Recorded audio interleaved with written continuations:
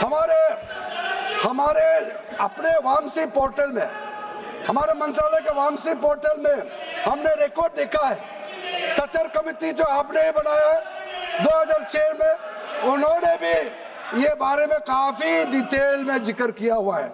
Sir 2006 में 4.9 lakh work property था और उसका इनकम कितना था मैं बता दूं आंकड़ा सर, आप कहेंगे 4.9 लाख वर्क प्रॉपर्टी में टोटल इनकम था 163 करोड़। कौन खाते थे? 163 करोड़। और आपने 2013 में बदलाव करने के बाद आज इनकम कितना बढ़ा है वो भी मैं बता देता हूं। जरूर। हो गया 166 करोड़। 3 करोड़ बढ़ा है। कैसे मंजूर कर सकता है हम लोग इस महान सदन में बैठ करके?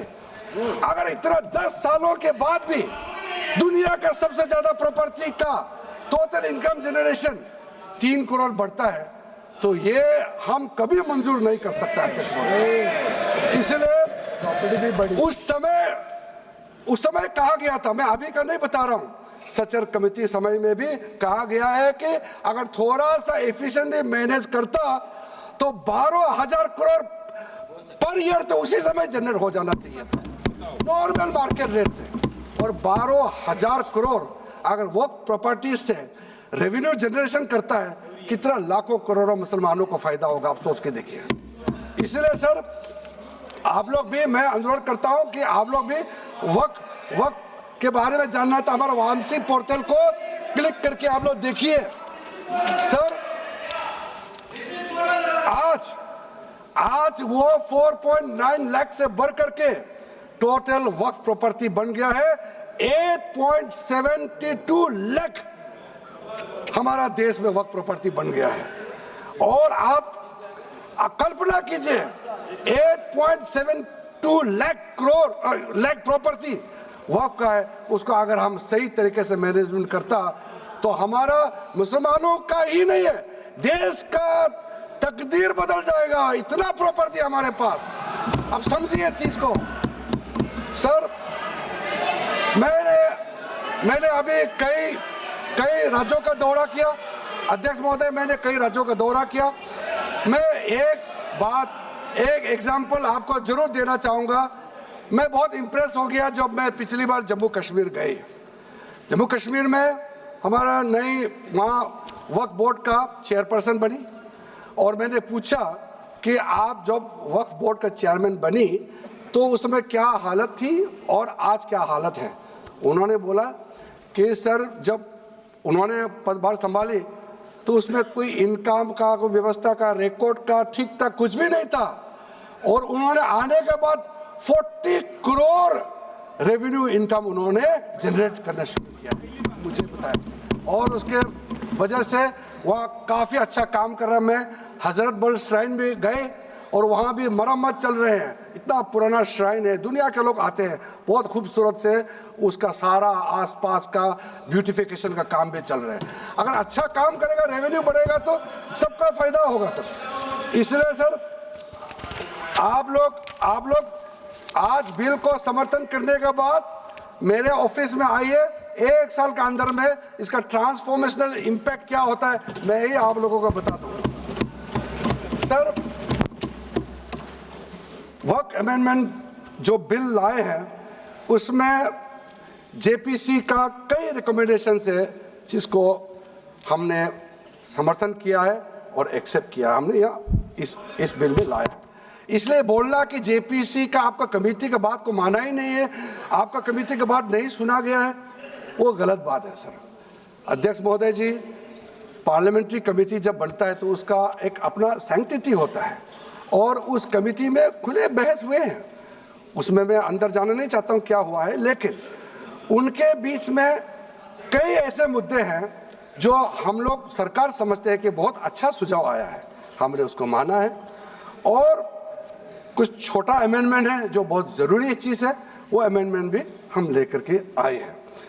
इसके बाद जो पूरा ये सारा व्यवस्था देखने के बाद सबके मन में उम्मीद जागेगा। उम्मीद इसलिए जागेगा कि एक नए सवेरा आने वाला है, इसलिए नए एक्ट का नाम भी उम्मीद हो गया है। तो उम्मीद क्यों हुआ है सर? मैं आपको बताना चाहता हूँ, ये जो unified Waqf management, empowerment, efficiency and development, full form उम्मीद है, इसका रखने का पीछे कारण है सर। ये उम्मीद क्यों है? अब ये यूनिफाइड वक्फ मैनेजमेंट पूरा रजिस्ट्रेशन से लेकर के म्यूटेशन, इंक्रोचमेंट का विषय, सर्वे, कलेक्टर का रोल, सारा विषय को मिला करके मैनेजमेंट का पूरा सिस्टम को ही बदलने के लिए हमने काम शुरू किया है। उसके बाद एम्पावरमेंट, कैसा एम्पावरमेंट होने वाला है? मैंने पहले भी जिक्र किया, मुसलमानों में भी जो शियास हैं, सुन्नीस हैं, बोरास, आकाकानीस, पसमानदा मुस्लिम्स हैं जिसको बैकवर्ड माना जाता है, और विशेष करके महिलाएं और बच्चों के लिए जो हमने प्रावधान रखा है, तो ये मुसलमान का कम्युनिटी के अंदर में इतना जोरदार स्वागत हो रहा है। अध्यक्ष महोदय, यहाँ में कुछ मेंबर विरोध जरूर कर रहे हैं, लेकिन मैं कुछ मेंबर को मेरे घर में मैं न्योता देना चाहता हूँ, और जो मुस्लिम डेलीगेशन मेरे घर में आ रहे हैं, स्वागत कर रहे हैं इस बिल को, उसका भी नज़ारा आप लोग देख लीजिए, आपका सोच बदल जाएगा। आपको नहीं मालूम मुसलमानों में कितना भयंकर समर्थन कर रहा है इस बिल को लेकर के, आप लोग को मालूम ही नहीं है।